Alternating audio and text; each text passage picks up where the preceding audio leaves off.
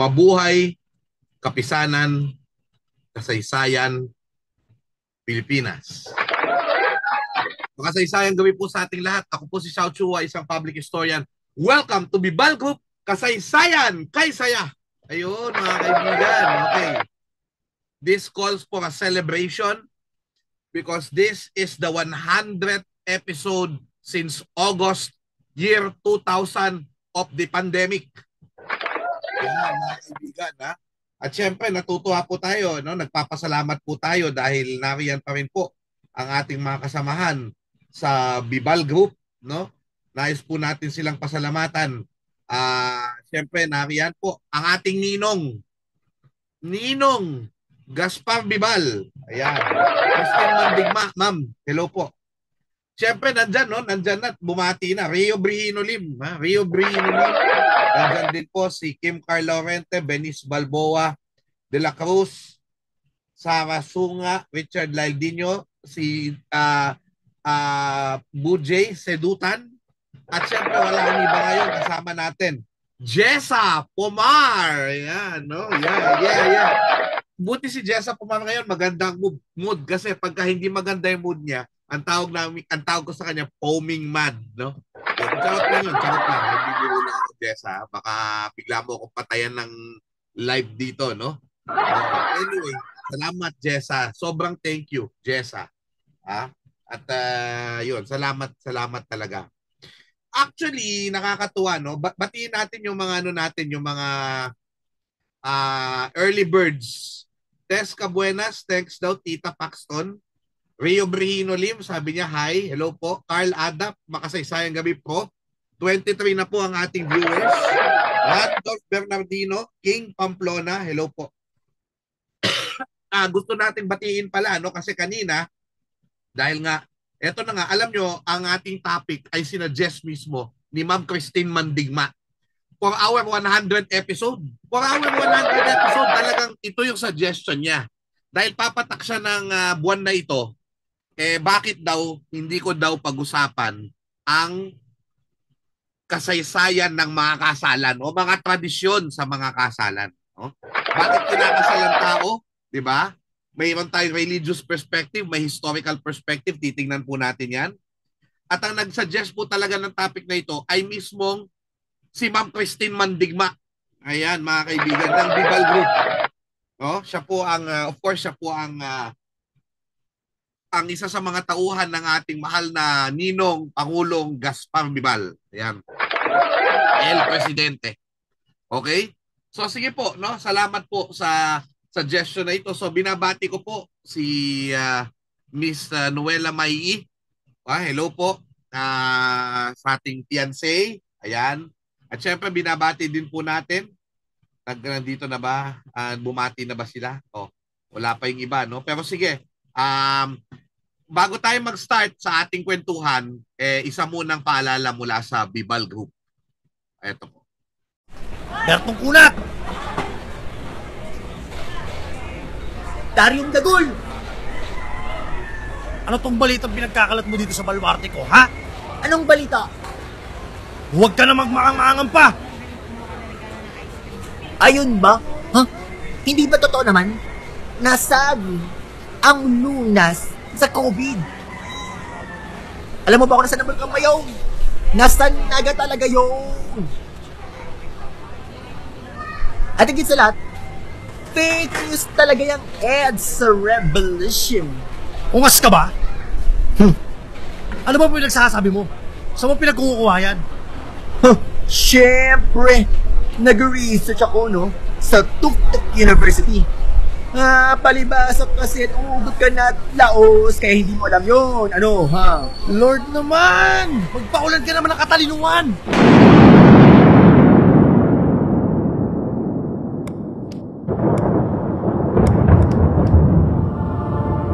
Reliable source of information, sari-saring content na isinulat ng mga eksperto, mga librong di kalidad na abot hanggang sa doomsday, tumawag ka lang sa akin. By the way, hindi ako si Lord. Ako si Bibal. O pre, tingnan mo to. Di ba sabi ko sa'yo, totoo ang EDSA Revolution? Oo nga, no? O tapos ito, wala pala talaga sa Naga ang bulkang Mayon. Sabi ko sa'yo eh.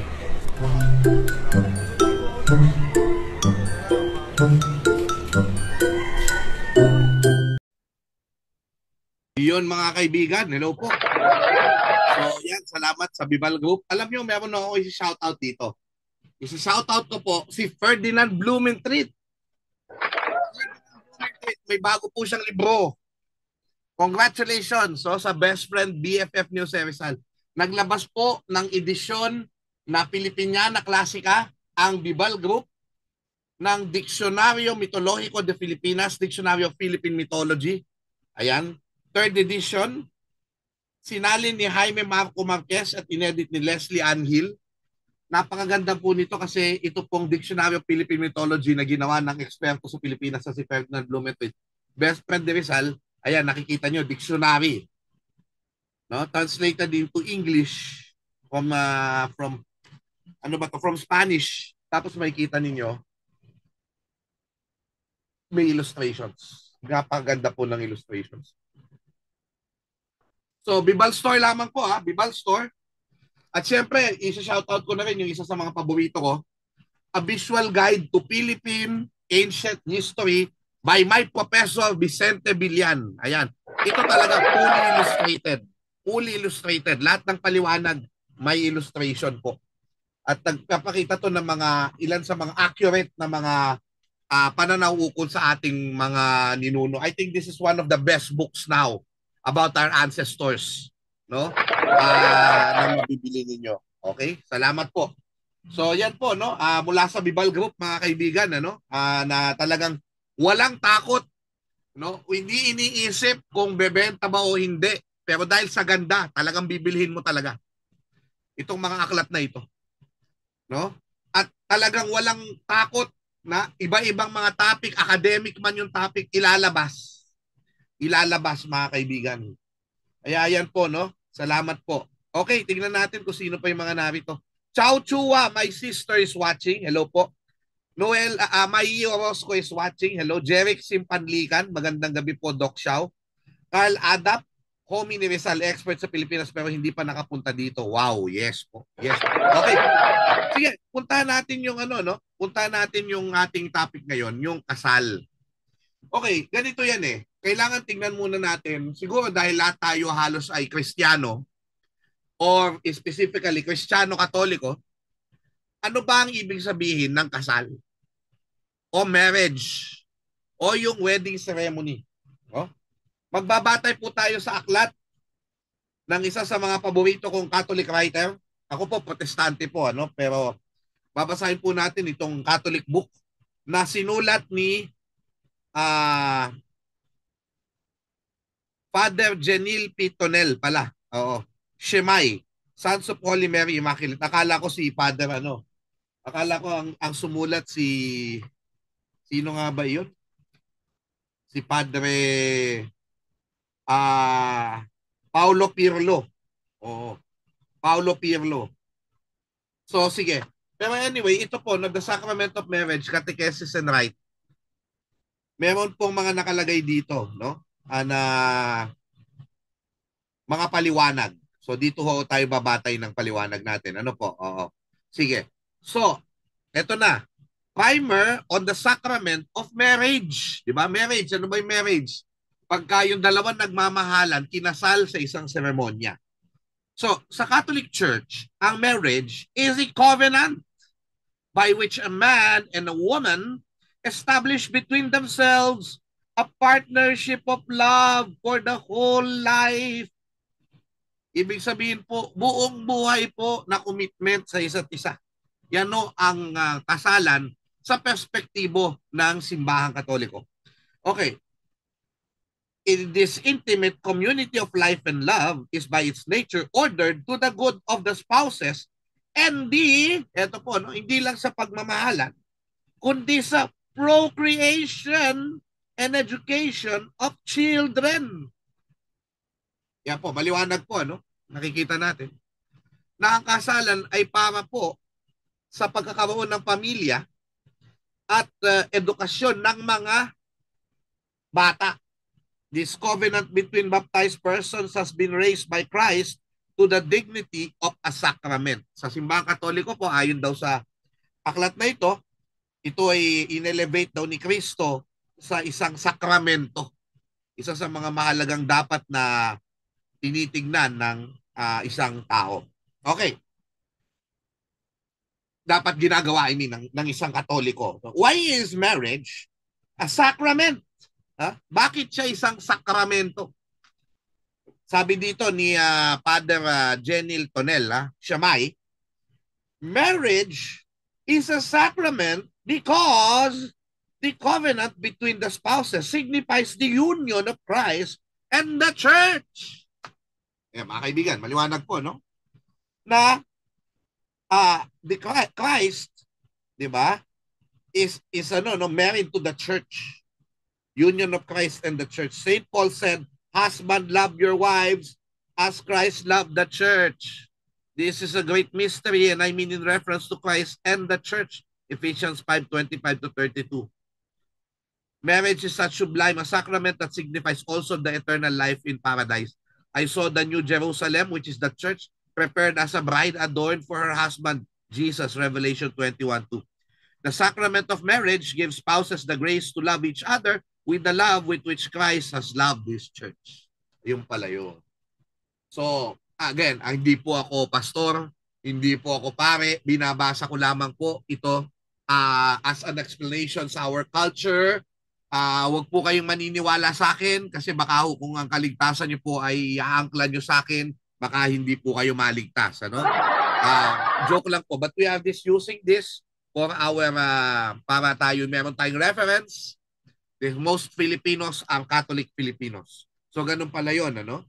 So why couples must contract both the civil and the religious marriage? Maganda ho to kasi sinasabi ho dito dahil kailangan kaya may yung religious marriage ay may civil component, may civil marriage po yan, ay sapagkat ang isang Pilipino po, ang isang tao ay kasama sa simbahan at sa lipunan. No? The well-being of families, the couples must contract both the civil and religious marriage because the well-being of society and of the church is founded on the well-being of the families. Kung daw maginhawa ang mga pamilya, maginhawa ang lipunan, at maginhawa ang simbahan. Ayan. Tama naman yun, ano? Actually, yun nga kung malungkot po yung pamilya, nagiging hindi maganda ang kinalalabasan. Ibig sabihin, hindi ko sinasabing lahat ganon, ano? Pero nagkakaroon ng mahirap na buhay ang mga bata kapag sila'y lumalaki. Kaya dapat ang mga magulang sa harapan ng mga anak kailangan nagpapakita ng kasiyahan, pagmamahalan. Totoo ito. Totoo ito. Hindi ho maganda. Alam nyo yun nga, bawal na bawal magsigawan ang mag-asawa sa harapan ng kanilang mga anak. Hindi ho maganda yun. Yan ay magbibigay ng trauma. Huwag nating mumurahin ang ating mga anak, mga kaibigan. Sapagkat kung ang pagpapalaki sa bata ay maayos, magiging maayos itong bahagi ng lipunan at ang lipunan natin ay magiging maayos kapag may mga ganitong mga anak. Sabi nga ni Dr. Jose Rizal, mga kaibigan, sabi nga ni Dr. Jose Rizal, La Madre Filipina cría el porvenir del país. Ang ina na Pilipina ang lumilikha ng kinabukasan ng bayan. Ang ina at ama, isama na natin ang mga tatay. Women's Month ngayon. Pero kapag maayos ang lalaki, maayos din ang babae. Women's Month, kaya nga suit ko ang babaeng guerrillera. Dahil ngayon ay Happy Women's Month, Marso. O sige, tingnan natin ngayon, ano? My mother, Vilma Briones Chua, who raised me very well with discipline and with love. With discipline and with love. I love you, Mama. Makasaysayan po, Dr. Pop siya, watching you from Tarlac City. Love you, anak ko. Marlon De Jesus, magandang gabi. Dennis Serso, good evening po. Isidrian Paulo Silva Montes, na Quezon ito. Gandang gabi po, sir. Shout out po and best wishes na din po sa inyo. Dominic Belsa, nagpakasal po ba si Rizal? Opo, bago po siya namatay, nagpakasal po siya. December 30, 1896 kay Josephine Bracken matapos po niyang magbalik loob sa simbahang Katolika. Ana Coballes, hello po, makasaysayang gabi po sa ating lahat. Alright, sige. Tuloy natin, no? Tuloy natin yung so kailangan sumusunod sa batas ng simbahan at sumusunod sa batas ng pamahalaan. Alam mo, maganda itong tanong dito eh. Maganda itong tanong dito. Who are the ministers of marriage? Di ba lagi natin tinitingnan ang ministro, ang pastor, ang ministro, ang pare. Ang ganda nun, may natutuhan ako dito eh. Sabi, the ministers of the sacrament of marriage are the spouses. Huh? Naminig niyo po yun? Huh? Ulitin natin. May echo ba? Echo natin. The ministers of the sacrament of marriage are the spouses. Ayun, kita natin, ano? Ang mga mag-asawa daw ang ministro ng sakramento ng kasal.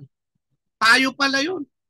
Oh, the priest or the deacon who assists at the marriage is not the minister. He simply receives the consent of the spouses and gives the blessing in the name of the church.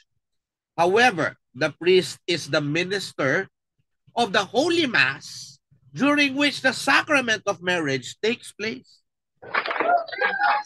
So, may misa kasi at sa misa, ang ministro ay ang pare. Ganda. Ang ganda nito, oh. Ang ganda nito. Sabi, what is the matter of marriage? The matter of the sacrament of marriage is the exchange of consent. Ibig sabihin, kayo ay nagpapalitan ng consent.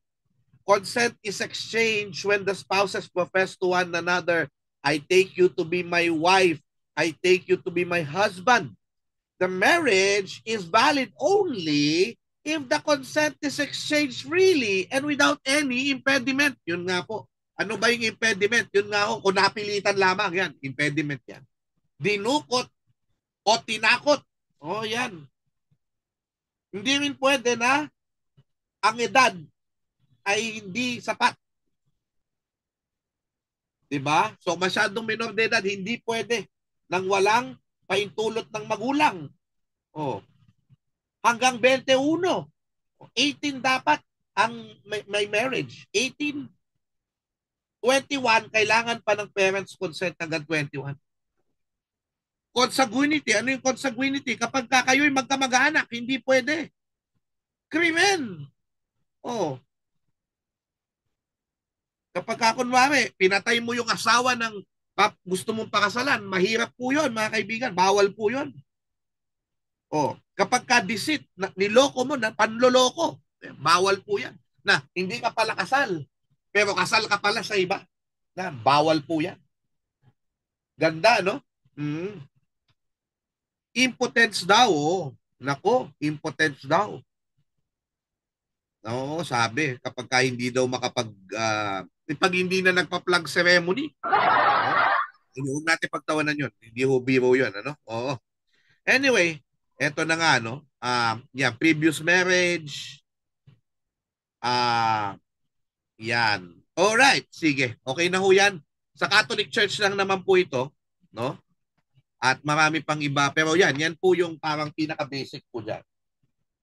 Kinakasal po dahil ito'y sakramento para mabiyayaan ng Diyos ang pagmamahalan at upang mag-commit na magkaroon ng pamilya. Yan. Kung pwede, magkaroon ng pamilya dahil ang pagpapatuloy ng lipunan ay nakasalalay sa magandang pamilya. Ito naman po yun. Whether you take away the religious perspective or not. Opo. Okay, sige. Puntahan natin ngayon ang bakit ba nagpapakasal in a historical perspective. Nakukunin po natin ang isang napagandang lecture mula kay Alex Gendler, History of Marriage sa TED Education. So tingnan natin tingnan natin yung paliwanag, no? Merong no? Ayan, tingnan natin .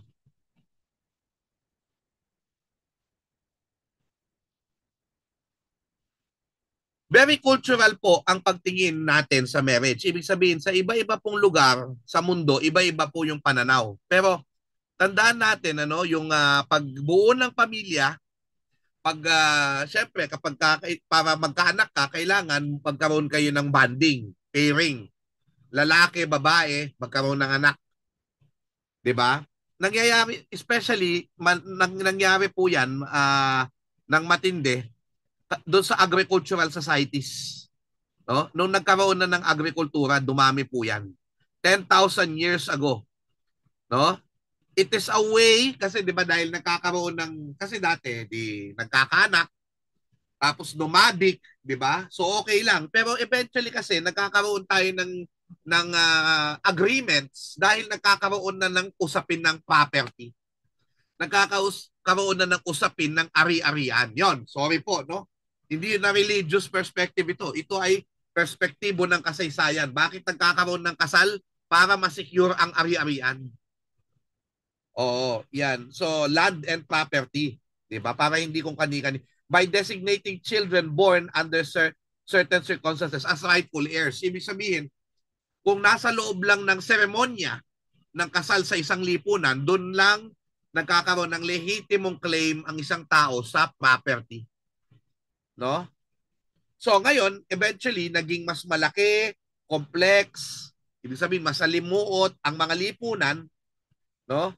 Eventually, ang mangyayari dyan, hindi na lang yan matter between individuals and families, pero magiging opisyal na institusyon. So, ibig sabihin, pumapasok na dyan yung gobyerno. So, pag lumalaki yung lipunan, hindi na lang siya agreement between families, kundi kasama na natin dyan. Kaya may civil marriage. Kaya may religious marriage. Yung reliyon at yung lipunan. Yun po ang sinasabi dyan. And by 2100 BC, no, 2100 BC, that's 4,000 years ago, may earliest surviving written laws na nakalagay specifically ano yung ginagawa, yung Urnamu, yung Code of Urnamu na iba't ibang mga batas sa pagkasal. Tingnan natin ano yung sinasabi nito. No? Ito. Ayan, yung Code of Urnamu. Ayan, if a man ito. If a slave marries a slave and that slave is set free, he does not leave the household. May mga ganun, no? If a slave marries a free person, he or she is to hand the firstborn son over to his owner. Naku po. If a man violates the right of another and deflowers the virgin wife of a young man, they shall kill that man. O, may mga ganun na po. If the wife of a man followed, tingnan natin. If the wife of a man followed after another man and he slept with her, they shall slay that woman, but that man shall be set free. Oh? If the wife of a man followed after another man and he slept with her, they shall slay that woman, but the man shall be set free. Unfair. Noon pa man, unfair na talaga yung yung batas sa mga babae. Yung babae papatay, pero yung lalaki libre. Girl. Grabe. Okay, sige. Tuloy natin, no?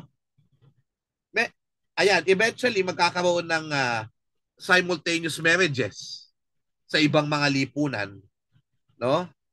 And even today, sabi, less than a quarter of the world's hundreds of different cultures prohibit it. Oo. But just because something was allowed doesn't mean it was always possible. Bakit? Kasi demographic reality, mas marami yung lalaki ay yung babae kaysa sa lalaki, ganun. Yan, yung sex ratio at saka yung yung wealth. Ibig sabihin, kahit allowed yung multiple marriages, kung hindi naman mayaman yung tao, isa o dalawa lang ang magiging babae niya. Ganun, o asawa niya. 'Di ba? So sa mga rulers of elite lang 'yan. By the way, yung Code of Urnamu, sa yon, sa Mesopotamia yon. Oo. So yan, may mga ganyang lipunan. So pero again, yung pagkakaroon kasi ng pananagutan mo yung babae na yung asawa mo, kung marami kang asawa, mahihirapan kang panagutan yan. So hindi basta-basta yan nangyayari. Kaya nagkaroon tayo ng parang we stick to one, kumbaga, no? Yan ang makikita natin. Sa iba naman, babae ang pwedeng magkaroon ng maraming husband tulad sa Himalayan Mountains. Merong mga magkakapatid na isang babae lang yung asawa nila, no? Oo, bakit ganoon, no? Bakit ganoon? Para hindi basta-basta nagdi-distribute kasi ibig sabihin nahahati yung fertile land kasi konti lang yung land sa Himalayas. Kasi kung marami kang anak, maghahati-hati lang yan. Oh, kung marami kang anak. So, iisa lang yung kumbaga maraming asawang lalaki, iisa yung babae para yung anak niya hindi marami. 'Di ba? O may mga ganun. So, yan po, no? Ang makikita natin yan. Ayan, no? So, yun na nga, no? Merong, actually, noon pa man, meron ng mga pangalan yan, yung mga same-sex partner. So, hindi lang yung babae, lalaki, pati yung yun. So, merong domestic partner, two-spirit, same-sex union, brother-making yan. First time ko narinig yan, brother-making sa Orthodox churches daw. No? Embrotherment. Ayan, no? Nire-recognize yung mga same-sex unions in various civilizations throughout history. Yan po, no? Mesopotamian prayers, meron silang mga same-sex, prayers sa same-sex, Native Americans, ang meron silang mga ganun din, no? May mga same-sex din sila na unions na tinatawag tayo, no? Yeah, Mesopotamia, blessing for same-sex couples. Native Americans have two-spirit individuals who can have relationship with both sexes. Ayan. Tapos, ito na, marriage coming from Rome. No? Yung emperor na si Nero, ano yan? Ayan, no? Nero and Elagabalus both married men in public ceremonies with the practice being publicly banned in 340 AD. Eventually, binan din yun. Oo. Tapos si Adelphopiosis or brother making sa Orthodox Church, meron po niyan. And even, ito pa. Okay, wait lang. Ayan. Actual marriage between two men ay nirecord noong 1061 sa small chapel in Spain. Christian na ito pero bawal yan talaga. No? Ito, meron rin na ghost marriages were conducted in China. Yung para daw magkaroon ng continuation ng family lineages, family connection, kahit patay na yung tao, napapakasalan mo. No? Or to appease restless spirits. Nice, di ba? Nice. Ayun. Salamat dito kay Alex Gendler. Napadali yung discussion ko ng history of marriage, no? And sa some tribes daw sa Sudan, ganun din. May mga practices din sila ng marrying dead people. Despite ng mga differences na ito, sabi ni Alex Gendler, they have one thing in common. With crucial matters like property and reproduction at stake, they were way too important to depend on young love. Bakit? Ibig sabihin, laging hindi pinapaubaya sa kung paano umiibig ang bata. So kung medyo bata ka pa, laging dinidiktahan ka ng magulang mo kung sino yung papakasalan mo. Yan ang nakalagay. Lalo na sa mga upper class o sa mga mayayaman. Yan. Kasi ginagawa ng mga rulers, ng mga family, ng mga head of the family, at praktikalidad ang gusto nila. So, ibig sabihin, bagong-bago po yung ideya na minamahal mo ang pinakakasalan mo o dahil gusto mo siyang makasama habang buhay. Grabe, ganun pala yun. Nakita niyo po ba yun? Last couple of centuries lang. Sabi niya, with industrialization and urbanization and the growth of the middle class, more people became independent from large extended families, sabi ni Alex Gendler. Naintindihan po natin? Ibig sabihin, nung nagkaroon na ng industrialization at nagkaroon na ng sariling pera ang mga tao, nakahiwalay na sila sa extended family, nakapag-decide na sila on their own. Kaya last 200 years lang daw yung marrying for love. No? O yan, no? So, maraming new ideas, di ba? Enlightenment, yung pagpapalaya ng kaisipan ng tao, malayang pag-iisip, no? Nag-focus na sa individual happiness and pursuit. So, di ba? Kaya nga, very enlightenment yun eh. Yung pursuit of life, liberty, and the pursuit of happiness. Yan. Nasa konstitusyon ng Amerika yan, kung di ako nagkakamali, o sa Declaration of Independence. Individualism na. Kaya nga, hindi na yung family, hindi na yung church, kundi nagmamahalan na. Sila, individual na. At eventually, nagkaroon na ng parang easing of divorce.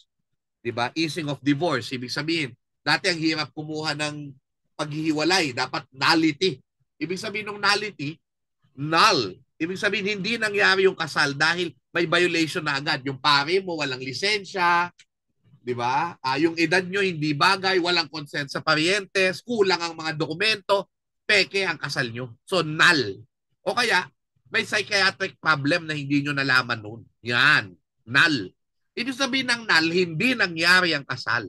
Kaya walang divorce sa Catholic Church. Nullity. Ibig sabihin ng nullity, kapag binubugbog ka na ng asawa mo, in the onset, hindi totoo yung kasal nyo. Meron palang psychological problem na hindi nalaman at the onset of the wedding. Kaya hindi siya divorce. Annulment ang tawag doon. Annulment. Yung divorce, ibig sabihin nun, kinasal kayo, pero pinuputol nyo. Sabi ng Bible, di ba? Sabi doon sa mga bersikulo na alam natin, kung ano man ang pinagsama ng Diyos, huwag paghihiwalayin ng tao. Kaya hanggang ngayon, walang divorce sa Pilipinas. Dahil we are a deeply religious Catholic country. Now, whether you agree with it or not, hindi ko kasama sa debate na yan. Dahil wala naman po akong balak makipagdiborsyo. Hindi, nagbibiro lang po ako, no? Baka sabihin nyo, selfish ako sa ibang may gusto. Pero ano yun, kumbaga, hindi pa yan masyadong nagiging malakas yung meron pa lang palakas pa lang, pero hindi natin alam sa mga kongresista natin kung yan ay maipupush nila, no? Dahil puwersa pa rin ang Catholic Church sa Pilipinas. So yun din, meron din nagme-marry na hindi bata pero on a later age. Yan ay parang nagiging moda na rin kahit na hindi na sila magkakaanak.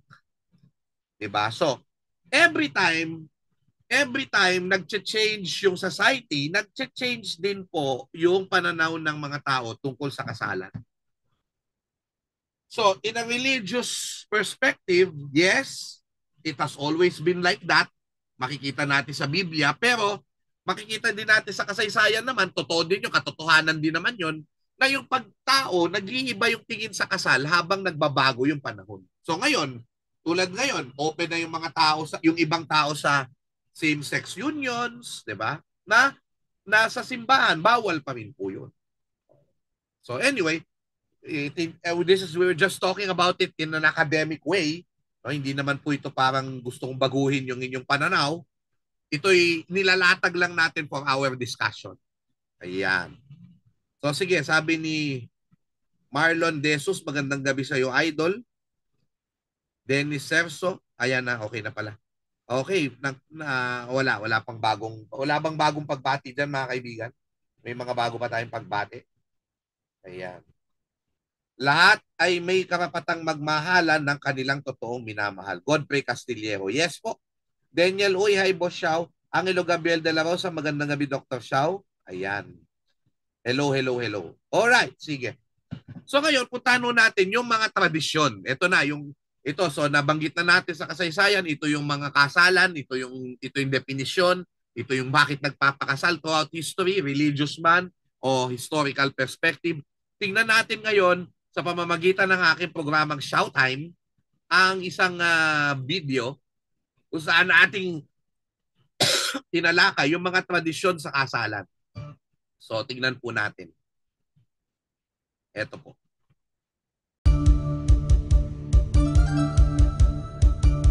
Makasaysayang araw po, it's Showtime! Isang Disyembre sa mga buwan sa Pilipinas na marami ang ikinakasal. Sa katunayan, ang aking best friend na si Mayo Baluyot ay ikinasal kay Christine Esteban noong December 13, 2014. 12, 13, 14 sa mga kabundukan ng San Jose, Tarlac. Gayun din ang aking kapatid na si Mark Briones Chua ay ikakasal kay Charmaine Faye Batenga sa December 18, 2016 sa San Lorenzo Ruiz Parish sa Fairlane Subdivision, Tarlac City. Sa dalawang okasyon, ako ang tumayo at tatayong best man. Ngunit, mula pa sa panahon ng mga sinaunang mga kabiasnan, pati na rin sa mga panahon ng mga ninuno natin sa kapuluang ito, maraming tradisyon ang ikinakabit sa pag-iisang dibdib. May ilang mga tradisyon sa kasalan na may malalim na kasaysayan. Sa Pilipinas, ang engagement ay pinopormalisa sa pamamagitan ng pamamanhikan. Nagpapaalam ang pamilya ng lalaki sa pamilya ng babae para sa kamay ng kanilang anak. Namimili rin ng mga principal sponsors, godparents o yung mga ninong at ninang. Hindi natatapos sa pagbibigay ng pera tuwing Pasko ang kanilang tungkulin. Noon nga kasama sila sa gumagastos para sa kasalan. Ang mga ninong at ninang ay tumatayong pangalawang magulang na gagabay sa mag-asawa. 10 taon nang nakalilipas nang magkakilala sina John Michael Vida at Arianet Garcia sa aking klase at noon pa man, itinuring at tinawag na nila akong ninong. Nitong taon natupad ng ganap ang pagiging ninong ko sa dalawa. Ngunit, marami sa mga tradisyon na ginawa sa Pilipinas ngayon ay nagmula sa Europa. Ang pagkakaroon ng bridesmaids o ang mga abay na babae na noong unang panahon ay parehas ang damit nila sa ikinakasal ay upang lituhin ng mga masasamang espiritu o ang mga nagtatangkang kidnapin ang babae, lalo na sa panahon ng mga sinaunang pamayanan. Ito rin ang dahilan kung bakit dapat nakabelo ang babae upang hindi ito matingnan ng mangkukulam sa mata at nang hindi masumpa. Noon, ang best man naman ay nagsisilbing bodyguard para sa lalaki upang siguruhin na hindi makidnap ang babae at upang mamagitan kung sakaling manggulo ang pamilya ng babae at tutulan ang kasal. Mayroon ding palitan ng singsing na isinusuot sa mga daliri na dahil sa paniniwalang Grego at Romano na may ugat mula dito na direktang nakakonekta sa puso. Ang bulaklak na hawak ng babae ay dating mga bawang, mga rekado at mga butil upang palayasin ang mga masasamang espiritu. Sinasabi ring nagsimula ito nung panahon ng Black Death sa Europa kung saan ang mga bawang ay hawak ng ikakasal upang makaiwas sa kumakalat na epidemya. Pagdating ng panahon, ang bulaklak, tulad ng cake at ng pagtatapon ng mga butil ng bigas ng mga Romano ay naging simbolo ng fertility para sa mag-asawa. Ang pagtatapon naman ng garter ay sinasabing may uugat sa sinaunang panonood ng unang pagtatalik ng mag-asawa sa mga kanluranin. Ang garter ay pinupunit sa kasuotan ng babae upang mapatunayan ang pagiging ganap ng pagkakasal. Anumang tradisyon ang gawin sa pinakamasayang araw na ito sa buhay ng mag-asawa, huwag sanang kalimutan ang punot dulo ng lahat ng ito, pag-ibig. Naway pagmula ng lakas nila ang pag-alala sa araw na ito. Ako po si Xiao Chua para sa PTV News. And that was Showtime. Yan mga kaibigan, yung ating special Showtime episode tungkol sa mga tradisyon ng pagkakasal. Ayan, nakita niyo po, may mga historical roots po. Actually, yun yung nagsisibak ng kahoy, di ba? Dati, di ba? Pag nanliligaw, aakyat ka ng ligaw, sabi sa Pilipino. Aakyat ka ng ligaw. So, pupunta ka sa bahay. Tatanggapin ka ng mga magulang ng mga nililigawan mo. Na alam nyo, sa matagal na panahon, hindi nangyari sa akin, ha? May mga relasyon na ayaw ako ng magulang, pero ito po, sasabihin ko po, ito, I will tell you, honestly, based on my experience. Payo ko po sa mga magulang, huwag nyo pong pagbabawalan ang inyong mga anak. Mas mainam pa na alam ninyo kung nasan sila. Kasi mahirap po yun dahil lang nangyayari po. Dahil nga umiibig, di ba? Payuhan nyo. Bigyan nyo ng gabay, pero huwag nyong pagbabawalan kasi susuwayin kayo niyan. Bigyan nyo ng gabay. Pero kasi, di ba, pag umibig kasi yan, pagtatago lang yan sa inyo. So, kesa naman magtago sa inyo, hayaan nyo na lang. Yan ang sasabihin ko, masakit kaya yun? Masakit? Masakit ma-reject, mga kaibigan. Well, wala naman ako magagawa kung ayaw nila ako, di ba? Pero, masakit. At nasasaktan din yung anak kasi hindi nila maintindihan bakit hindi ka matanggap. So, kaya, ang nangyayari, nagtatago sa relasyon. No? Now, again, ayaw ko yun. I did not want that arrangement, but it happened to me. Di ba? Kasi nga, hindi ko naman masabi, 'di ba? Gustong ituloy yung relasyon, hindi na, 'di ba? So yun nga lang po, no, talagang mahirap po yun. At ako nagpapasalamat sa magulang ni Mai, kay Ma'am Gloria Galuno, dahil Orozco, dahil tinanggap niya ako. No? At ito na nga, at ito na nga, malapit tayo. Big day! Big day! Kaya, salamat po. Salamat po. So yun lang sinasabi ko sa inyo. So umakyat kayo ng ligaw kung pwede. Di ba sabi sa Filipino tradition, magsibak kayo ng kahoy, which means na maging mabuti kayo doon sa pamilya. At eventually magkakaroon ng pamamanhikan. Pamamanhikan, no? Ibig sabihin ng mamamanhikan, yung mga pamilya ninyo ay tutungo, mag-uusap. So yung pamilya nung lalaki pupunta sa pamilya ng babae, tapos magkakaroon sila ng kainan, masaya, pakikipagkapwa-tao pa rin yan parang fiesta yan Oo. So nakikipagkapwa-tao tayo. Ayan. So yun po, no? Wedding traditions ba ang tawag doon? Wedding tradition shout time. Wala bang, nasan yung script ko dyan? So yan, ano ba yung maaalam yung tradisyon sa kasal? Ayan. Good evening po, Sir Xiao, sabi ni Dayan Ramilo. Best wishes na agad, Isidrian Paulo Silva Montes. Yan. So nakita niyo yun, ano, yung nakakatuwa yung mga ano na yun yung mga wedding traditions, yung history, di ba? Kasi ito na nga, no, una, tingnan natin, yung garter muna. Yung garter, kinukuha yan mula sa binti ng babae, di ba? Yung garter, para siyang, ayon sa Catholic, Catholic, ayan, ayon sa Catholic, garters were introduced as a symbol of modesty.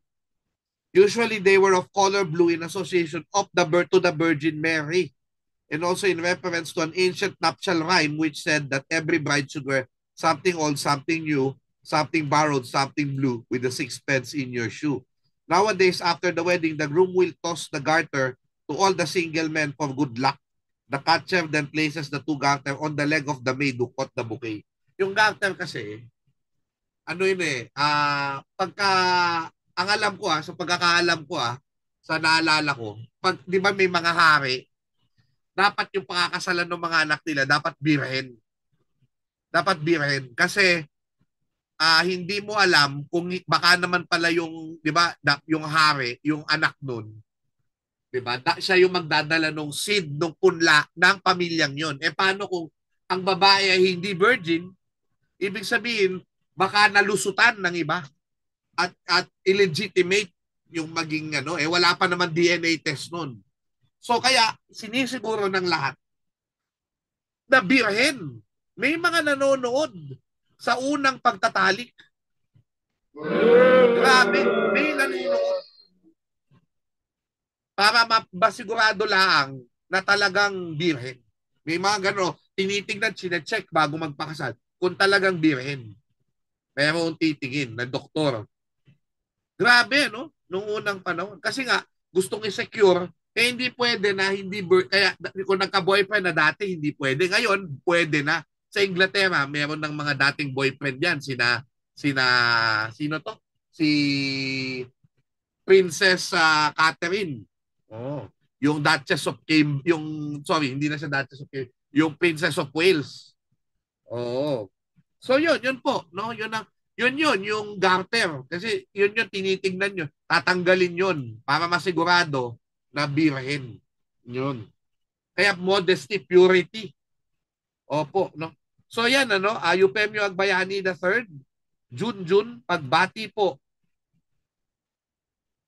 Pagbati po sa papalapit na kasal, Doc Xiaochu at Ma'am Mai, kakasal po kayo sa simbahan kung saan makikita ang isa sa bihirang couple historical marker sa bansa.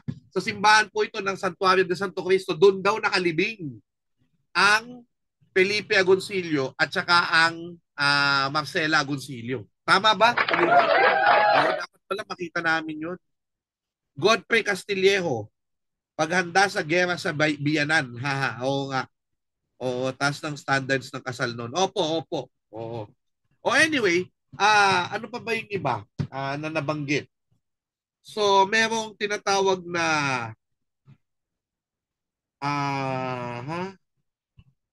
Bouquet. Ayan, bouquet. Una-una, yung bridal gown, ay yung wedding veil, ay yun na nga, no? Dahil una, yung mga bridesmaids, pare-pareho yung gown.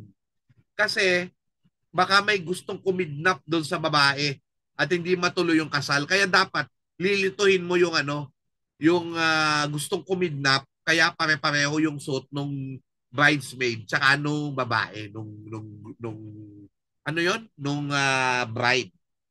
Hindi tapos yun na nga, baka daw yun nga, baka daw no, para hindi daw masumpa ng demonyo, hindi matitigan ng diretso ng ng masasamang espiritu at ng mga impakto, naka-veil lang babae, di ba? At baka ayan, nakakatuwa no, so may mga ganyan paniniwala. Pero dito sa Catholic primer nakalagay, the wedding gown and the veil symbolize purity and innocence. Dapat puti ang sinasabi. The trend of a long white gown was initiated by Queen Victoria in her wedding with Albert in 1840. Traditionally, the veil was introduced to protect the bride from evil spirits and to hide her face from the groom until after the ceremony. O yun, kaya tinatanggal yung veil. At doon lang magkikiss the bride. Yes. Ang saya nito. O, sabi dito sa Catholic, Catholic book na The Sacrament of Marriage, Catechesis and Rite ng Sons of Holy Mary Immaculate with imprimatur by Most Reverend Jesse Mercado, Bishop of Parañaque, ni Lobstat Melchor B. Montalvo, Parañaque, August 15, 2004, and author Jenil P. Tonel. Sabi niya ganyan, the bouquet symbolizes fertility and the start of a new life. The tradition of the bouquet of flowers and herbs was introduced in medieval times to protect from evil spirits. After the wedding, the bouquet was buried inside the house, burned inside the house to chase away the evil spirits and the ashes tossed to the wind. Nowadays, after the wedding reception, the bouquet is tossed to the maids to wish good luck for their future marriages. Yun daw, next na magpapakasal, yun daw yung magkakaroon ng makaka-catch nung bouquet. Pero doon mo makikita, yung bouquet, nilalagyan ng mga bawang, ng mga herbs, ng mga kung ano, para daw maprotektahan yung mag-asawa ay yung bride sa Black Death nung panahon ng medieval times. Galing Ayan, Alex Avila, pagbati sa nalalapit na kasal. Isidro yan, Paulo Silva Montes, sabi niya, curious po ako sir, may mga chastity belts na mga babae po noon sa Europe during the Middle Ages. I never daw po tinatanggal hanggat di kasal. Well, I'm not so sure. Hindi ako masyadong aral dyan, But I've heard of it. But maybe you can just check it in the internet dahil hindi ako eksperto dyan. Okay. Pero yun, ito, tinitingnan lang natin, based on some literature, yung mga iba't ibang mga, yung iba't ibang mga wedding traditions. Ito. The joining of hands. Commitment to one another, yes. The wedding rings. The rings made of gold or platinum symbolize the everlasting love and fidelity of the spouses. The circular shape represents their circle of love that has no beginning or end. The rings are placed on the ring finger because it was believed that a vein runs directly from there to the heart. Ayan. Ring finger. Because it was believed that the vein runs directly from there to the heart. And the ring was placed there to keep love from escaping from the heart. Yung aras naman, the array or coins that the groom placed on hands of the bride symbolize the sufficiency of material possession that the husband should provide for the material needs of the family. Yung aras, merong pambilang yan Oo, tapos yung minsan yung mga kinukuha nila, yung mga coins ng Espanya nung unang panahon sa Pilipinas, yan. Minsan may mga ganon. Pero yan, yung kasi sa amin, 20 pesos lang na coins. Okay. Sige. Okay na yun, Ayan, sabi naman yun, yung shower of rice and confetti. As the newly married couple leaves the church, the wedding guests shower on them rice and confetti to wish them prosperity in life. Anyway, basahin natin yung iba na nandito, Unity candles. The candles to be lighted on both sides of the couple symbolize the presence of Christ in their married life as well as the union of their two families. The marriage veil. The veil placed on the bride's head and extended to the groom's shoulder after The exchange of consent symbolizes that as Christ is the head of the church, so the husband is the head of the wife. Naku, hindi na gusto ng ibang mga feminista ito, no? Moreover, by covering her head, that the bride reserves her beauty exclusively for her husband. This veil is different from the one related to the gown. Mayroong pang wedding cord, which is placed in an H shape around the couple's shoulders, symbolize that the responsibilities of a married life should be carried together. Moreover, it signifies the unity in this indissolubility of marriage. Yun. Wedding cake is a custom inherited from ancient Romans. Yan, narinig ko na yan. And symbolizes prosperity and fortune. Originally, it was made of seeds and grains to signify fertility. Magkaroon ng mga anak na fertile. Ayan.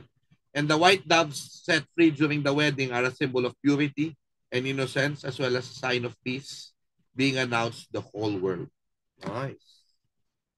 So yun ang mga tradisyon ng pagkakasal batay sa iba't ibang literatura, no? Na makikita natin, ano? 21 watchers, salamat po sa inyong panonood. No? Ang kasaysayan ng tradisyon. Ayan, so parang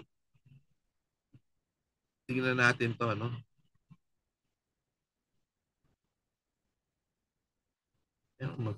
Parang wala yung script nito.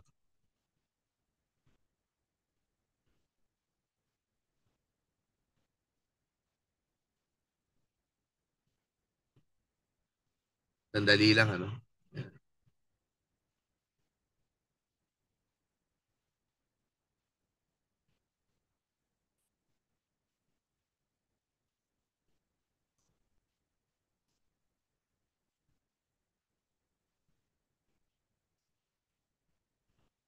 Sandali lang.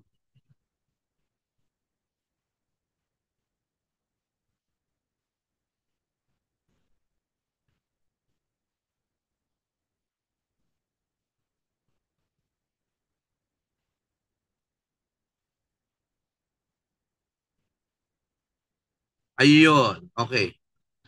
So, makikita natin, yung mga ninong at ninang ay hindi lang nagbibigay ng pera tuwing Pasko, kundi sila ay kasama pa sa gumagastos para sa kasalan. Ayan. Nagbibigay naman sila ng regalo sa ngayon, di ba? Tumatayong pangalawang magulang ang mga ninong nagagabay sa mag-asawa.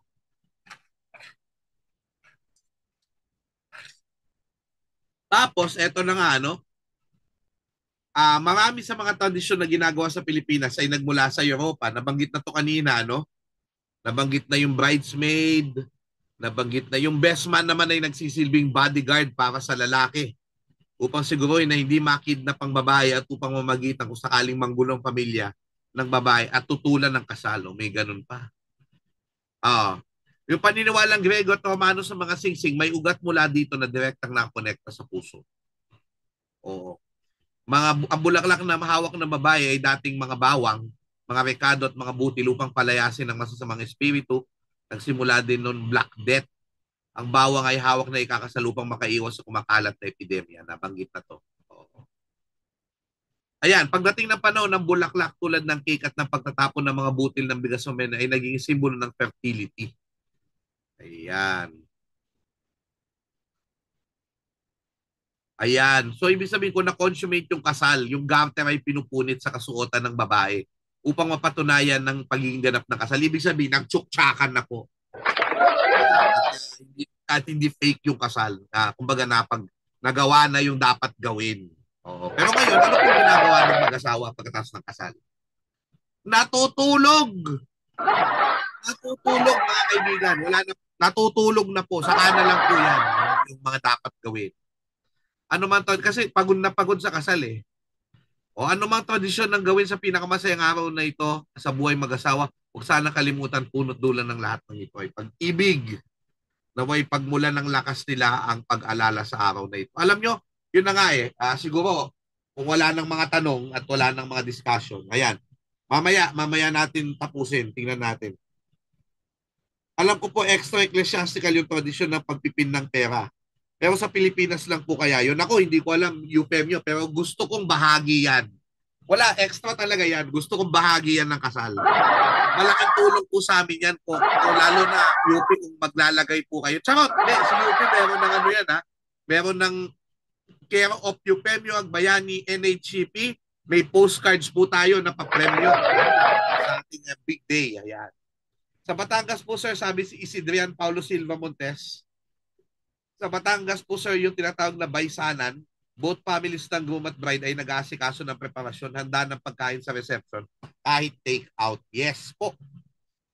Godfrey Castillao, tanong lang po, sa tradisyon ng pagbasag ng glass sa Jewish wedding, ano po ang pananaw nyo dito? Dahil sa kanila, it symbolizes the acknowledgement of the moments of sadness. O maganda po yun.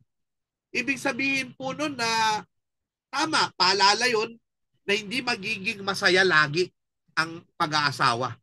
May mga sakit, may mga hapdi, may mga agam-agam.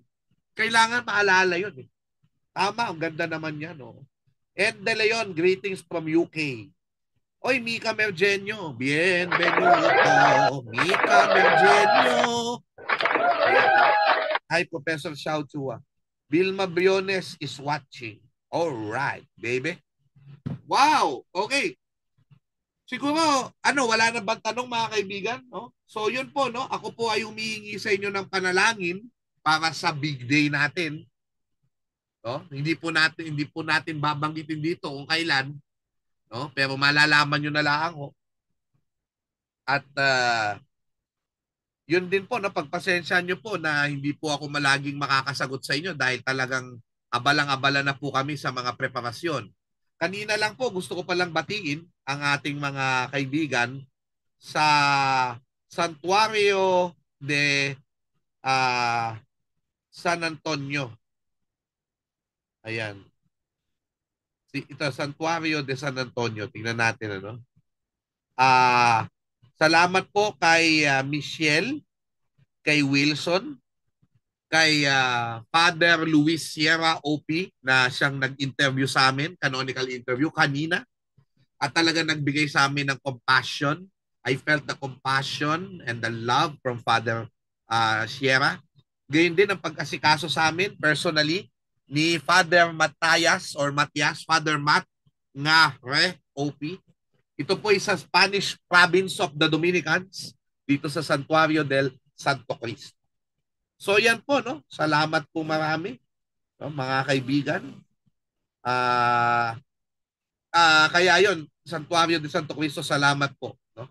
Gayun din ang mga kasama natin ang lahat ng mga siguro i-acknowledge natin sometime soon yung mga suppliers natin. Ayan. At syempre, ang Club Filipino. Ayan. Salamat po dahil dyan po ang ating wedding reception. Club Filipino, makasaysayan pareho yan, Santuario de Santo Cristo, na simbahan nung panahon ng Revolusyon at ang Club Filipino. Iyon, no? So, yan, no? Shout out po, Professor Xiao from Rain. Yan, hello, Rain. Esmeralda Belen, hi po. Pagdarasal po namin kay Sir na maluwalhati at mabunga ang inyong magiging kasal at sa tatahakin yung buhay mag-asawa. Alam nyo, yun nga eh. Alam nyo, gusto ko na nga kayong payuhan eh. Kaso, dapat secret na lang, ano? Kasi, yung may mga wedding arrangement na pinagmumulan pala ng ahaway, ano? So, may mga ganyan, di ba? May mga nagtatampo, may mga ganyan, ano? Nako, papayuhan ko kayo in private. Yan, pagka ikakasal na kayo. Kung ano yung mga dapat ngayon, natutuhan ko lahat yan, ano? Pero okay lang, no? Ako, ang importante sa akin, ito na nga, no? Siguro mag-conclude na tayo. Ang importante talaga sa akin, makagawa ng magandang memories for our wedding, for ourselves, ma-enjoy namin yung wedding, and for our friends and family and loved ones na mag-enjoy din sila. Kasi yung memory ng wedding namin, I think will make us strong sa mga iba't ibang krisis na haharapin at mga hamon at kahirapan at ano pa bang magpapatatag ito. Kasi ito yung nag-commit kami sa isa't isa na we are going to stay together. By the grace of God, Deo Gratia. No? Nako, yun po, no? Talaga naman, talaga, no? Salamat po. At maraming tao ang masaya para sa amin. Sa wakas, kahit 41 na ako, nakatagpo pa rin ako ng pag-ibig. Masasabi ko sa inyo, I have never been sure in my life na ito ang gusto kong gawin. Kaya happy ako na gawin ito. Hindi walang agam-agam. Sabi sa akin noon sino ba nagsabi sa akin, nakalimutan ko, if in doubt, don't. Ako wala akong kaduda-duda ngayong araw na ito na talagang ito ang gusto kong gawin. So, yun lang, nagre-reflect lang ako, no? So, sana po ipanalangin niyo po kami na maging hindi lang yung kasal ay maging smooth, no? Walang maging aberya, maging masaya ang mga tao. Yun lang ang gusto namin. At nawa po ay patuloy sa aming pag-aasawa makapaglingkod pa rin sa bayan at sa Diyos. Yun lang po. Alright? So, salamat pong marami, Nako, pasalamatan na siguro natin yung ilan sa ating mga, siguro, pasalamatan ko na rin bago ang lahat, Fernie Santiago, para sa venue natin, Club Filipino, Lord de Vera, yan. Si Ma'am Maria Montelibano, yan, nako, salamat po. At marami pang iba sa lahat ng mga pumayag maging ninong, maging ninang, tulad ni Mr. Gaspar Bibal.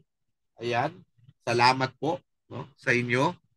At siguro magkwentuhan tayo tungkol sa kasal sa susunod na episode. Pagka nandyan na yung mga video, baka i-share natin dito sa Kasaysayan Kay Saya. Dahil personal na kasaysayan. And talaga, thank you Bibal Group. 100 episode at napaka-special kasi we're talking about something special ng inyong lingkod, Xiao Chua. Okay? So yan, salamat po sa inyong lahat. Kung wala na po kayong mga katanungan, salamat po sa inyong panonood ngayong araw na ito. Yan. Salamat po. So sige, siguro, magpapaalam na po ako. Sana po, Panginoong maawain, ako po ay nagpapasalamat sa inyong lahat at sa inyong lahat na mga nagmamahal sa Bibal Group, sa inyong pagsuporta sa atin dito sa Kasaysayan Kay Saya. Ilang taon na ba? 2000, 2001, 2002, 2003, 2004. Maglilimang taon na po. At ika-100 episode na ho natin. Minsan natitigil lang ho tayo dahil sa pagkaramdaman, sa dami ng nangyayari. Pero salamat po at nariyan pa rin kayo. At nariyan pa rin ng Bibal Group. At talaga, nagpirmahan po kami ng kontrata na magpapatuloy po itong Kasaysayan Kay Saya. Ayan, salamat po. Okay, sige. So nawa po ay ako po ipanalangin nyo. Nagkasakit po ako ng 2 linggo.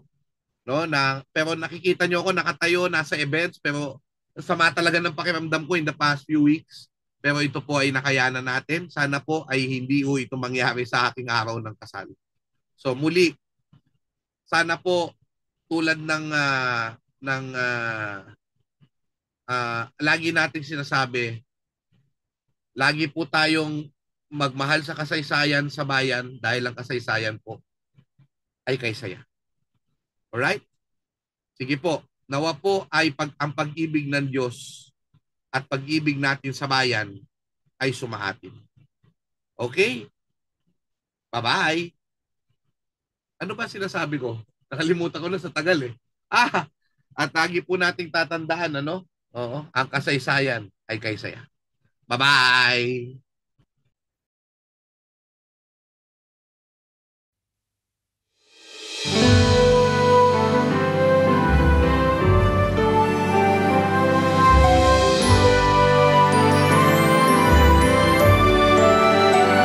Sa puso't isip laging kukupkupin mga gunitang sa ating nakarating. Bayan pukawin sa diwa't damdamin. Pangarap ng kahapoy ating tuparin.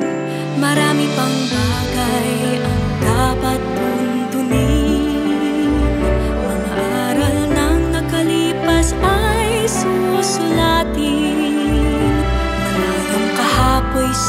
sikapin pang libutin.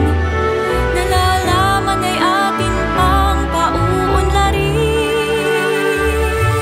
Salam sa kaibig-ibig mong layunin, padayon sa iyong pagiging tinig ng kahapong nagnanais na marinig,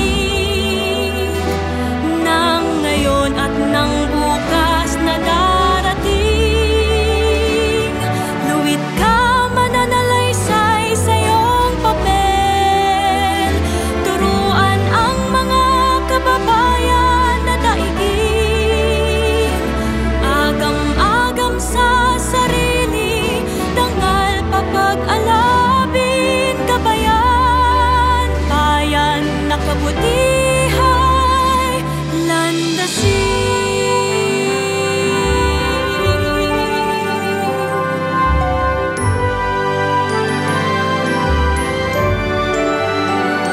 Mula sikulan hanggang mabulis, hilig sa nakaraay payabungin. At kung marating anumang lupain, may pagtatanggol sarili ng may lalim. Salam sa kaibig-ibig mong layunin, padayon sa iyong pagiging tinig ng kahapong nagnanais na marinig, ng ngayon at ng bukas na darating. Luwit ka mananalaysay sa iyong papel, turuan ang mga kababayan na daigin. Agam-agam sa sarili, dangal papag-alabin, kabayan, bayan na kabutihay, landasin. Mabuhay ka, mabuhay ka, kapisanan, kasaysayan ng